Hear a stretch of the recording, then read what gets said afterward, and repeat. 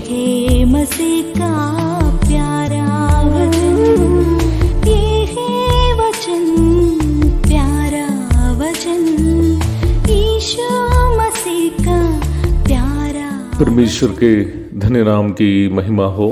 प्रभात मन के सत्र 1683 में आप सभी का बहुत ही विनम्रता के साथ स्वागत करता हूँ। आइए आज का मनन के लिए हम पढ़ते हैं तीतुस अध्याय 2 पद 9। दासों को समझा कि अपने अपने स्वामी के अधीन रहे और सब बातों में उन्हें प्रसन्न रखे और उलटकर जवाब ना दे। प्रथम शताब्दी के रोम में उपलब्ध जानकारी के अनुसार लगभग 10 लाख गुलाम रहते थे। ये गुलाम अन्य देशों से युद्ध में पकड़े गए दूसरे देश के नागरिक या दूसरे देशों से रोम के बड़े धनी व्यवसायी लोग खरीद कर लाए गए गुलाम लोग आदि थे। इन गुलामों को रोम में नागरिकता की सौभाग्यताएं नहीं थी। उन्हें उनके मालिकों की संपत्ति मानी जाती थी। इन गुलामों के ऊपर मालिकों का पूर्ण अधिकार होता था। मालिक के हाथों से मारा जाने से भी गुलाम को मालिक की संपत्ति मानी जाने के कारण मालिक के ऊपर हत्या का आरोप नहीं लगा सकता था। पुराना नियम के समय इस्राएलियों के बीच में भी अन्य मुल्कों से या वंशों से लाए गए गुलामों को रखने की प्रथा थी और इस्राएलियों में से भी जो गरीब हो जाते थे दूसरे के दास बनने की प्रथा होती थी, परंतु उसके लिए सख्त नियमावली भी परमेश्वर की ओर से दी गई थी। उनसे बातें चर्चा करने के लिए समय पर्याप्त नहीं होने के कारण मैं उस तरफ जाना नहीं चाहता। प्रथम शताब्दी में अर्थात यीशु मसीह और प्रेरित लोग जिस शताब्दी में जीवित थे और जिस शताब्दी में कलीसिया की स्थापना हुई थी और नया नियम की रचना हो रही थी, रोम के विभिन्न हिस्सों में सुसमाचार का प्रचार भी तीव्र रफ्तार से जारी था। कुलीन परिवार के सदस्यों के साथ साथ कई गुलाम भी विश्वास में आए थे।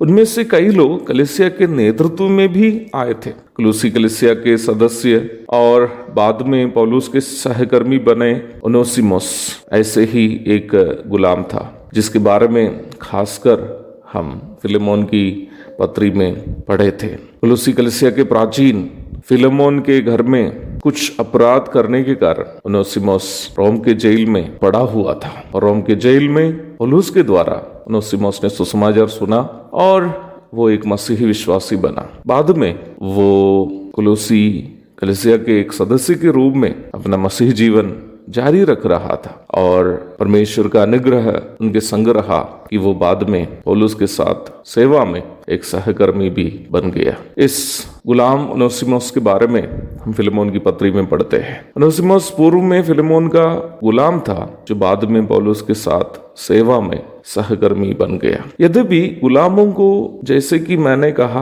पौराणिक रोम में किसी भी प्रकार की उन सौभाग्यताएं नहीं थी जो अन्य रोमी नागरिकों को एक नागरिक के रूप में मिलती थी, परंतु विश्वास में आने के बाद उन्हें अन्य यहूदी या रोमी विश्वासियों की तरह कलीसिया में हर प्रकार का स्वतंत्रता मिलते थे और अन्य विश्वासियों की तरह गुलामी प्रथा से आए हुए विश्वासियों को भी देखे जाते थे। कलीसिया में असमानता रखने की अनुमति यीशु मसीह या प्रेरित लोग कभी नहीं दी थी। गलातियों की पत्री 3 अध्याय 27 और 28। गुलाम को भी भाई की तरह ही कलीसिया में मानते थे, परंतु मसीही कलीसिया का यह अच्छा गुण एक प्रायोगिक समस्या भी उत्पन्न किया। कई ऐसे मालिक थे जो विश्वासी थे और उनके गुलाम भी विश्वास में आ गए। कलीसिया में दोनों भाई भाई हैं, मालिक और गुलाम दोनों भाई भाई। आत्मिक जीवन में भी भाई भाई हैं। गुलाम और मालिक के बीच का यह समानता का सिद्धांत यद्यपि कलीसिया में अच्छा था, परंतु काम के क्षेत्र में कई प्रायोगिक समस्याएं उत्पन्न की है। प्रारंभ में पढ़ी गई पद में प्रेरित पौलुस उन समस्याओं के हल करने के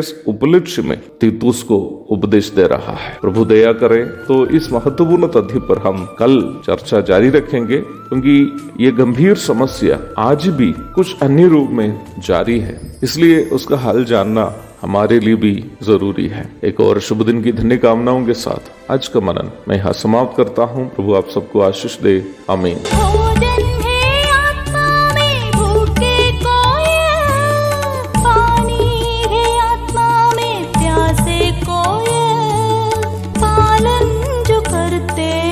उसके लिए आशीष पाने का साधन है ये है वचन, प्यारा वचन ईशो